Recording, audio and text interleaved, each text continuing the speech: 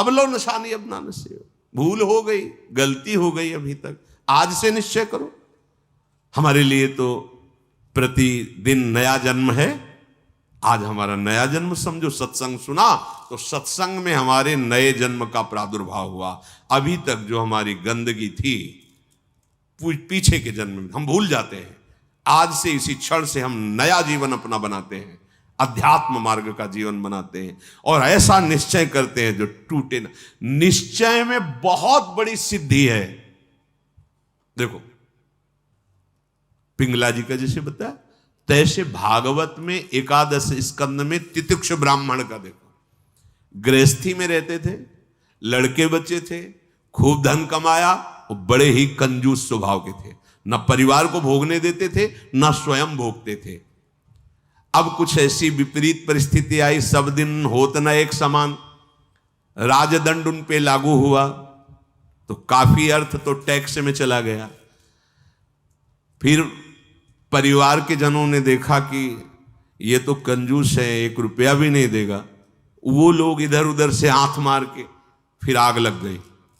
अब परिवार वालों ने उसका त्याग कर दिया, केवल अकेला, कोई उससे प्यार नहीं करता, अर्थ उसके हाथ से चला गया सब। अब विचार किया कि मेरा पूरा जीवन निकल गया, उत्तम वर्ण में जन्म हुआ था, वृद्धावस्था आ गई, अब क्या होगा, क्या होगा। जिनको मैंने पाला पोषा, जो बड़ी मेहनत से धन कमाए, तो सब नष्ट हो गया, परिवार वाले कोई देखते ही नहीं।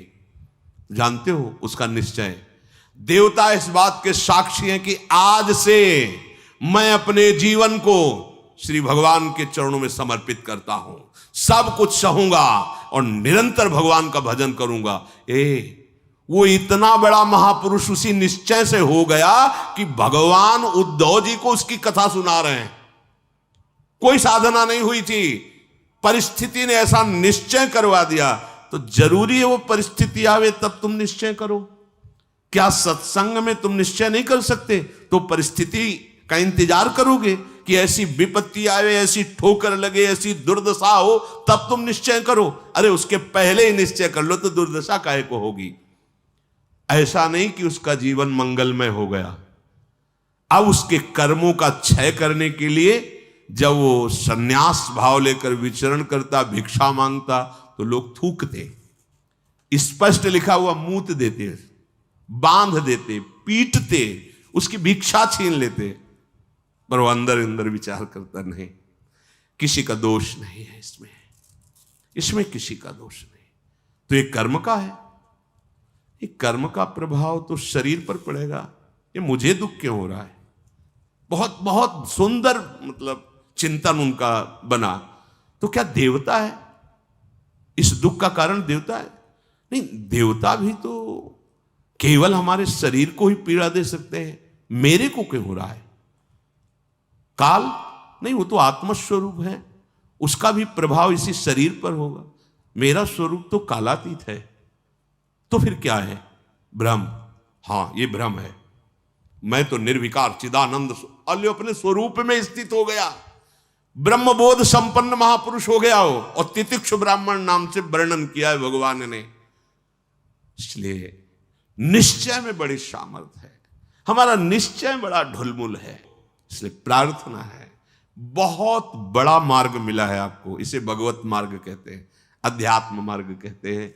ये अंतिम जन्म वालों को मिलता है, जिनका आखिरी जन्म होता है। अगर चूक करोगे तो व्यर्थ तो नहीं जाएगा, पर और समय लग जाएगा। काहे कुछ समय बर्बाद करो, आज निश्चय करो। गोस्वामी जी कह रहे, देखो निश्चय, गोस्वामी जी बाल्यावस्था से भगवान में रत थे, ऐसा नहीं है कि वो भजन नहीं करते थे, ऐसा नहीं है। जन्म हुआ था तब बोले थे राम, जैसे बच्चा रोता है ना, तो गोस्वामी जी रोए नहीं थे, राम बोले थे, इसलिए राम बोला नाम पड़ा था। राम बोला, प्रकट हुए थे तभी राम। तो ऐसा भी नहीं था कि आसक्ति नहीं थी शरीर में या अन्य, ऐसा भी महापुरुष जन लीला दर्शाते हैं, वो हमारी हिम्मत के लिए। पत्नी में चित्त आसक्त था, एक दिन के लिए भी कभी मायके जाने के लिए अनुमति नहीं दी थी। और उसी पत्नी के मुख से जब ये बात निकली कि जितना तुम्हें इस शरीर में आसक्ति है, पूरी कथा अगर राम जी में होती तो जीवन तुम्हारा धन्य हो जाता। नेत्र को पत्नी रूपी गुरुदेव ने नेत्र खोल दिए। कहीं से भी गुरुदेव सावधान कर सकते हैं, कहीं से भी, बस कदम मुड़ गए। क्योंकि ऐसा नहीं था कि राम भक्ति नहीं थी, निश्चय कर लिया अवलो नशानी।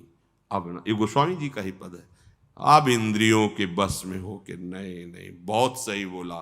अगर ये स्थिति, ये आसक्ति राम जी में होती तो जीवन धन्य हो जाता। अब पायो नाम चारु चिंतामणि, उर करते न खसई हो अबलो नशानी। अब समझ गए, समझ गए। अब हृदय से एक क्षण के लिए भी राम नाम नहीं छोड़ूंगा। और जानते हो, महापुरुषों में सर्वशिरोमणि हुए गोस्वामी तुलसीदास। ये तो अवतार लीला महापुरुषों की है, ये हमारे लिए बताया है आचरण करके कि भगवान नाम में इतनी सामर्थ्य है कि ऐसे आसक्त वृत्ति को भी कैसे निरासक्त कर देते हैं। हमें चाहिए जो भी, चाहे गृहस्थ मार्ग में हो चाहे विरक्त मार्ग में हो, दोनों मार्ग जाते ही प्रभु के चरणारविंद में है। अपने मार्ग की वृत्तियों को जानिए, समझिए और धर्मानुसरण बर्ताव कीजिए और नाम निरंतर जपते रहिए। तो जीवन यात्रा का विश्राम, जो गोस्वामी जी कह रहे हैं, पायो परम विश्राम, विश्राम ही नहीं, पायो परम विश्राम, राम समान प्रभु नाही कहूं। ये विश्राम कैसे मिला? वो कहते भगवान शंकर को साक्षी करके कहता हूं। अगर थोड़ा भी मिथ्या हो तो हमारी जीभ गल जाए, मेरा जो कुछ भी बना राम, ये दो अक्षर मेरे माई बाप हैं, इन्होंने ही हमें, बस आप हृदय की बात महापुरुषों की, ये दो अक्षर राधा, यही देख लेना आप। चलो देखो, बहुत समय तक विषय संयोग ना होने पर ऐसा ना समझ लिया जाए कि हम निर्विषय हो गए। बहुत ये चोर हैं, बहुत छुप कर रहते हैं और चिंगारी की तरह रहते हैं। फूस मिल जाए तो ज्वाला बनने में सेकंड लगता है। ध्यान रखना, 20 वर्ष 30 वर्ष बिल्कुल निर्विकार, संयोग नहीं। लगता है कि अब हमें कौन परास्त कर सकता है। चिंगारी है, फूस मिला ज्वाला बन जाएगी, जिसे नारद जी ने कहा तरंगवत, और संयोग बना तो समुद्रवत, डूब जाओगे, निकलना मुश्किल हो जाएगा। जब तक भगवत साक्षात्कार ना हो जाए, जब तक आपको अपने शरीर का अहम स्मरण करता भोक्ता भाव है, तो ईमानदारी से सावधानी पूर्वक अपने धर्म का पालन करते हुए प्रिया प्रीतम का निरंतर स्मरण, यही हमारे जीवन का परम लक्ष्य होगा। इसी से हमें परमानंद की प्राप्ति होगी। जिस समय हम ये सोचते हैं कि अब हमें कोई भी धर्म विरुद्ध आचरण ने, एक आनंद की वृत्ति आती है। देखना, और जिस समय हम सोचते हैं गलत ढंग से विषय सेवन, उसी समय जलन पैदा हो जाती। जिसके सोचने में जलन पैदा होगी, उसका परिणाम क्या होगा? क्या होगा आप विचार करो। जिसके सोचने में हमारे जलन हो रही, तो उसका परिणाम तो ज्वाला होगा। धर्म से चलो। चक्रवर्ती सम्राट महाराज अम्बरीश जी चक्रवर्ती सम्राट होते हुए भक्तों के शिरोमणि हुए। आप क्या भगवत आनंद प्राप्त नहीं कर सकते गृहस्थ में रहकर? ये उद्दंड लोगों की बातें नहीं सुननी चाहिए। जैसे आप, अरे ये तो बाबा जियों के लिए है, सन्यासियों के लिए, हमारे लिए थोड़ी नहीं। भाई, मनुष्य जन्म सबको भगवत प्राप्ति के लिए, भगवदानंद में। देखो, आपके अच्छे आचरण हो, आप जितेंद्री हो, आप नाम जप कर रहे हो, आप कोई नशा नहीं करते, सबकी सेवा का भाव है, तो राम राज्य नहीं हो गया? सब आनंदित रहेंगे, सब प्रसन्न रहेंगे, सबका हृदय सत्य और धर्म से युक्त रहेगा। यही तो आनंद का स्वरूप है। जब आप शास्त्र और सत्संग स्वीकार नहीं करते, तो आपके अंदर आसुरी वृत्ति बढ़ती, राक्षसी वृत्ति, और फिर देखो अपने को दुखी, अपने परिवार को दुखी, अपने नगर को दुखी, अपने देश को कलंकित, क्या क्या नहीं करवा देती है राक्षसी बुद्धि। इसलिए भाई, ये सत्संग गृहस्थ विरक्त जो भी जहां भी है, सबके मंगल के लिए वहीं रहो, वहीं रहो, प्रभु के होके रहो। दूसरों को दुख पहुंचाने वाली बात चेष्टा मन में भी मत लाओ, सबको सुख पहुंचाओ, नाम जप करो, सबका मंगल हो जाएगा। देखो हम सब तरंगे हैं, समुद्र में ही उछल रहे हैं, हमारा अस्तित्व नहीं है, तरंगों का अस्तित्व नहीं है। ऐसे ही हम भगवत स्वरूप हैं, प्रभु रूपी अगाध समुद्र में हम तरंगे की तरह है, हमारी कोई सत्ता नहीं है। ये जो सोच रहे हो ना, सत्ता नहीं, सत्ता उन्हीं की है, उन्हीं की है। अभी आप समझ नहीं पा रहे, तरंग है क्या? समुद्र ही तो है। वायु विकार खत्म हुआ, समुद्र ही था, समुद्र ही है, बीच में तरंगे, ये सब तरंगे हैं। मन की तरंगे मिटा दो, फिर देख लो आप क्या हो, भगवत स्वरूप परम आनंद में। अब चाहे सृष्टि में रहो, चाहे धाम में जाओ, कोई फर्क नहीं पड़ता। व्यवहार में भी रहते हुए परमानंद, शरीर छूटे तो प्रभु में परमानंद। उसी के लिए तो हम प्रयास करें, जितनी चेष्टाएं कर रहे हैं सुख के लिए ही तो कर रहे हैं। हे भाई, आप कोई भी हो, गृहस्थ हो, विरक्त हो, कोई भी हो, धर्म से चलो, नाम जप करो, सबकी सेवा की भावना अंदर रखो, तो मनुष्य जीवन का लाभ मिल जाएगा। ये उद्दंडता पूर्वक तर्क वृत्ति रखोगे तो अभी सौभाग्य मिल रहा है सुनने का, धीरे धीरे समय ऐसा आ जाएगा आपको शत वार्ता सुनने को नहीं मिलेगी। देख लेना, सत वार्ता जिसके श्रवण मात्र से हमारे हृदय में आनंद का स्फुरण हो और हम उस आनंद के बल से निर्विषय हो जाएं, वो वार्ता सुनने को नहीं मिलेगी। फिर और समय आएगा, धर्म सुने नहीं काना, कलिकाल बिहाल की मनुजा, नहीं माने को अनुजा तनुजा। सब होश में अभी समय है, तर्क वितर्क छोड़ो, जैसा शास्त्र सदगुरुदेव संत जन कह रहे वैसी बात मान लो, निहाल हो जाओगे, परमानंद में मगन हो जाओगे। ये हम बुद्धि की बात नहीं कहते कि तर्क वितर्क आप करें, तर्क सत्संग तर्क नष्ट करने के लिए होता है। हृदय में देखो, बहादुरी जबान से कहने की नहीं है, ये हृदय की बात है। ये यहां युद्ध होता है, पता नहीं क्यों बनी हुई है। वेद विद्या पढ़त, कर्म धर्मन करत, जलप तन कलप की अवधियानी, चारुगत छाण संसार भटकत भ्रमत, आस की पास नहीं तोरी जानी। स्पष्ट वर्णन है, इसका मनन हुआ है गुरु कृपा से, तब हम आपको कह रहे हैं, मनों का निरीक्षण करके। आस की पास नहीं तोरी जानी, सकल स्वार्थ करत, क्योंकि आस की पास नहीं तोरी जानी तो सकल स्वार्थ करत, रहत जन्मत मरत, दुख और सुख के होत मानी। अरे छाड़ जंजार कैसे न निश्चय धरत, एक किन लमत हरिवंश बानी। क्यों निश्चय नहीं करते, उस आस की पास को क्यों नहीं तोड़ देते? वैराग्य मार्ग का पथिक हूं या भगवत मार्ग का पथिक हूं, प्राण त्याग सकता हूं पर एक कदम अधर्म भूल न दे कुमारक नहीं। ऐ मन अब नहीं, अब नहीं, शरीर नष्ट कर दूंगा पर धर्म नहीं नष्ट करूंगा, भगवत मार्ग। ये आस की पास बड़े दुलार से रखे हुए, कभी तो, अभी नहीं, कभी तो, ये क्यों रखे हुए हो? यही तुम्हें भगवदानंद की अनुभूति वर्तमान में नहीं करने दे रही, यही आस की पास।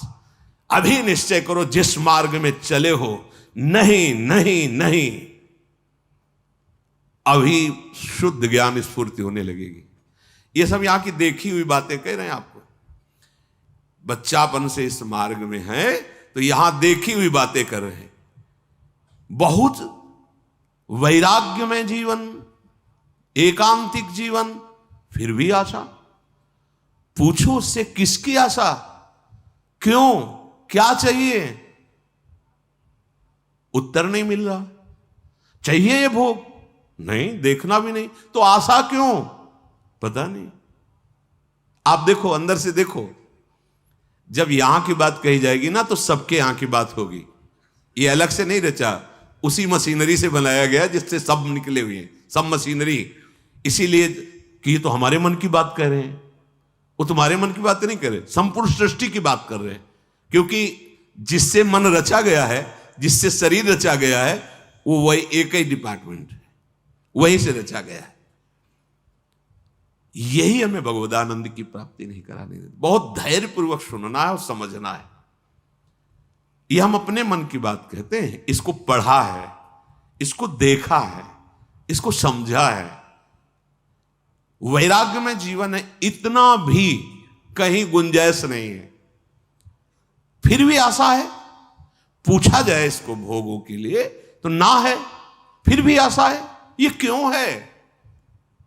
यही छाणी जंजार क्यों न निश्चय धरत। निश्चय क्यों नहीं कर रहा तू? तेरे निश्चय की कमी के कारण ये आशा की फांसी बनी हुई है। जब तक ये आशा की फांसी बनी रहेगी तब तक तुझे परमार्थ वस्तु का स्फुरण नहीं होगा। पक्की बात है। ये जो शुद्ध ज्ञान है स्फुरित ही नहीं होता, कामना से ढका रहता है। जैसे कोहरे की ताकत नहीं कि सूर्य को ढक ले, पर मेरे नेत्रों के ढकने के कारण लगता है सूर्य ढक गया। ऐसे ही ज्ञान स्वरूप जो भगवद अंश है इसमें स्फुरणाएं होती, जैसे सूर्य की किरणें निकलती ना, ऐसे इसमें ज्ञान की तरंगे निकलती रहती, आनंद की तरंगे निकलती रहती। वो आपके अनुभव में आपकी ही तरंग है। अनुभव में इसलिए नहीं आती कि कामना रूपी आशा रूपी कोहरा फैल गया। पिंगला जी ने कोई साधना नहीं की थी ज्ञान प्राप्ति की। ज्ञानियों के परम गुरु विदेहराज जनक जी के ही नगर में रह रही थी, पर वैश्यावृत्ति करती थी। देखिए, पढ़ के देख लीजिए, बहुत सूक्ष्मता से मनन करती हुई तो आपको उत्तर मिल जाएगा। अपने शरीर का श्रृंगार करके बैठ गई। संध्या के समय से कोई पुरुष उधर से आता दिखाई देता तो ये पुरुष हमें धन देगा, हमारे शरीर का सेवन करेगा, निकल गया। ये नहीं तो ये करेगा। ऐसे रात्रि अर्धरात्रि हो गई। भगवद अवतार अवधूत शिरोमणि श्री दत्तात्रेय जी भ्रमण करते हुए वहीं सर्वज्ञ महापुरुष थे, उसकी वृत्ति में ही अपनी वृत्ति लगाए हुए थे। तभी तो उन्होंने गुरु बनाया उसको। 24 गुरुओं में पिंगला भी गुरु है, और बड़ा सौभाग्य उसका महाप्रभु हरिवंश चंद्र जी ने श्रीमद चतुरासी जी में भी उसका उदाहरण दिया। यह जो एक मन बहुत ठौर करी, कही कौने सच पायो, जहां तहां विपत्ति जार जुवती लो प्रगट पिंगला गायो। जब अर्धरात्रि हुई तो पिंगला को बहुत कष्ट हुआ। हाय, इस शरीर को बेच करके सुखी होना चाहती है। कितनी अज्ञान वृत्ति। आज से मैं निश्चय करती हूं, जो सेवक जी कह रहे हैं, छाण जंजार क्यों न निश्चय धरत, एक किन रमत हरिवंश बानी। ये तुम क्यों आशा की फांसी में लटके हुए हो? कभी तो क्यों ऐसा रखे हुए हो? इसे तोड़ो, नष्ट करो। अभी प्राण निकल जाए पर जीवन में कभी कुमार्ग में कदम नहीं रखेंगे। पिंगला जी ने निश्चय किया, आज के बाद मैं कभी भी किसी पुरुष का संयोग नहीं करूंगी, किसी को नहीं देखूंगी। अपने हृदय में विराजमान सबके हृदय बिहारी भगवान का वर्ण करती हूं और मन वचन कर्म से उनकी आराधना कर। उसी समय इतनी पवित्र हो गई, वो महापुरुष बन गई कि भगवान दत्तात्रेय जी ने 24 गुरुओं में उसको रख लिया, एक गुरु पिंगला जी को बनाया। क्या साधना की थी? विरति हो गई अपनी वृत्ति से और निश्चय दृढ़ कर लिया, और फिर कभी फिसली नहीं। तो बड़े बड़े आचार्य कोटि के महापुरुषों ने निष्ठा के लिए उसका उदाहरण दिया। जहां तहां विपत्ति जार जुगती लो प्रगट पिंगला गायो। आशा ही परमम दुखम नैरास्यम परमम सुखम। आज के बाद कभी नहीं, मर जाऊंगा, कभी नहीं। अभी अभी भगवदानंद स्फूर्त होने लगे, अभी ज्ञान विज्ञान स्फूर्त होने लगेगा। हिम्मत नहीं पड़ रही, इस बात का निश्चय करने की हिम्मत नहीं पड़ रही। क्यों? क्योंकि आपको आशा है, भोग में सुख है। हिम्मत कर लीजिए तो आप अभी जीवन मुक्त अवस्था में पहुंच जाएंगे, क्योंकि उस अवस्था में पहुंचने के लिए कोई बाहरी क्रियाओं की आवश्यकता नहीं, वो हमारा स्वरूप है।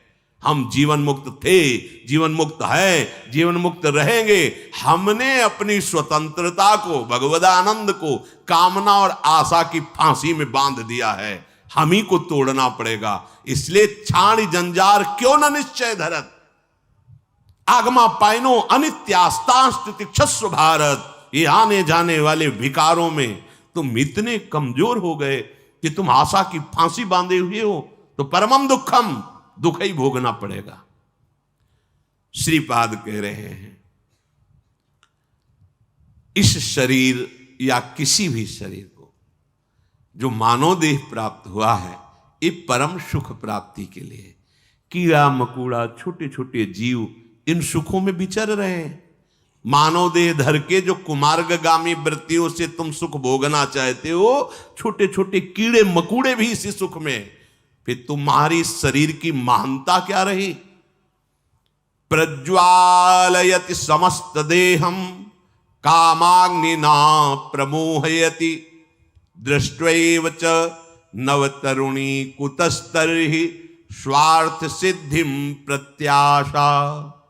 हे भाई, ये नौ तरुण अवस्था जो शरीर की होती है, किसी की हो, स्त्री की या पुरुष की, यदि तुम इस मोह जाल से आवृत रहोगे तो ये सदैव तुम्हें जलाती रहेगी, कभी भी भगवत सिद्धि प्रदान नहीं होने देगी। भगवत सिद्धि नहीं। बहुत समय लंबा निकल जाता है अगर सत्संग ना मिले, सावधान ना हो। हितधाम में एक 65 वर्ष के प्रार्थना कर रहे थे कि मेरी पूर्व से वृत्ति स्वयं के द्वारा तो मैं आज खुलकर सभा में कह रहा हूं कि मैं आज उस गलती से बहुत परेशान हूं और आज भी वही मेरे से गलती होती है। ने प्रणाम किया था उनको कि धन्य है कि आप इतने हिम्मत वाले हैं कि भरी सभा में आप ऐसा अपनी बात कह रहे हैं, क्योंकि आप मन से अलग होकर बोल रहे हैं, तभी आपको बोलने की हिम्मत आई। अगर मन में तदात्म होता तो आप नहीं बोल सकते थे। कि ये हमारे द्वारा पाली हुई वृत्ति है, हमारे द्वारा ही इसका त्याग होगा। भगवान श्री सुखदेव जी को इसीलिए सबसे बड़ा वैरागी कहा गया है। 16 वर्ष की अवस्था है, शरीर का भान नहीं, दिगंबर है, कोई शरीर पे वस्त्र नहीं, और भगवान के चिंतन में मगन है। इसी अवस्था में त्याग और वैराग्य की। अब जब ये इंद्रियां काम नहीं कर रही, मन बुद्धि और सब मलिन, तो अब वो ढेर है, कुछ भी निर्णय नहीं निकल सकता। बहुत संस्कार गंदे हो जाते हैं यौवन अवस्था में। अहो भाग्य है जो इस यौवन अवस्था में संयम नियम धारण करके अपनी वासनाओं को। श्रीपाद कह रहे हैं, हे वृंदावन धाम, हम पे कृपा करो, हमारे मुख में नाम चले, हमारा हृदय इस काम आदि की आशाओं को त्याग करके प्रिया प्रीतम के चिंतन में डूबे। ये आपकी कृपा से होगा, और वो कृपा हम सब पे है। सत्संग मिल रहा है रोज, ये प्रातःकालीन बेला में जो शब्द जा रहे हैं, इनको अंदर से पकड़ो। केवल धर्म, गृहस्थ धर्म की पूर्ति के लिए बकाया उदासीन रहो। इस वृत्ति को अगर आप अपने अंदर अपनाए रहोगे तो सब छुड़वा देगा। ध्यान रखना, सब छुड़वा देगा।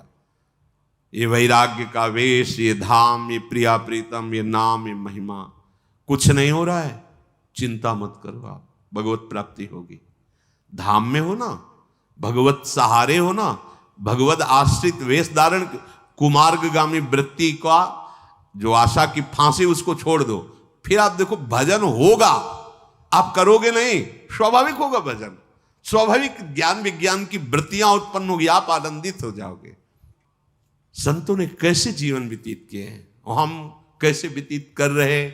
अगर इतने पर भी भजन नहीं, तो आप विचार करके देखो अपना जीवन कहां ले जा रहे हैं।